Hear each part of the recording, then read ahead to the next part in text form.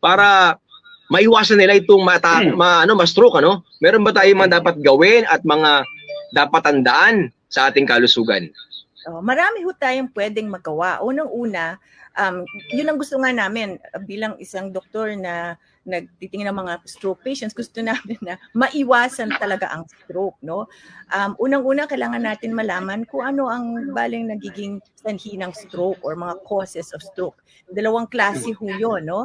Yung isang klase yung hindi nyo na napapalitan, yun na yun, or yung, pero mas marami ang kayang palitan. So unang-una, yung age, no? Yung mas makakatanda, sila ang mas high risk na magka-stroke. Although ngayon, marami kaming nakikitang stroke na pabata nga ng pabata. Nung isang linggo, merong 27 years old, merong mga 30s, ganyan, no?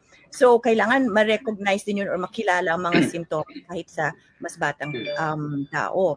Meron din mga, kung meron kayong lahi na stroke o meron kayong relative, mas nakakataas ang risk yun, no?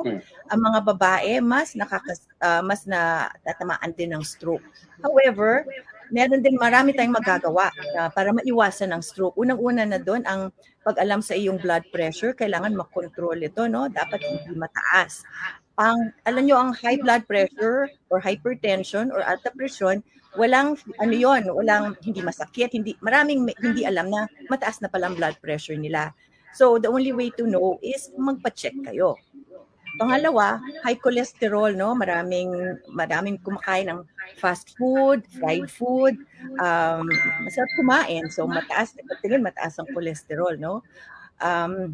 Meron din mga sakit sa puso, ganon, or meron din mga diabetes. So, lahat ito at marami pa konektado sa pagkakaroon ng stroke. So, kung malaman nyo muna kung anong meron kayo, yun ang unang step para maiwasan ang pagtutuloy-tuloy na pagkakaroon ng stroke.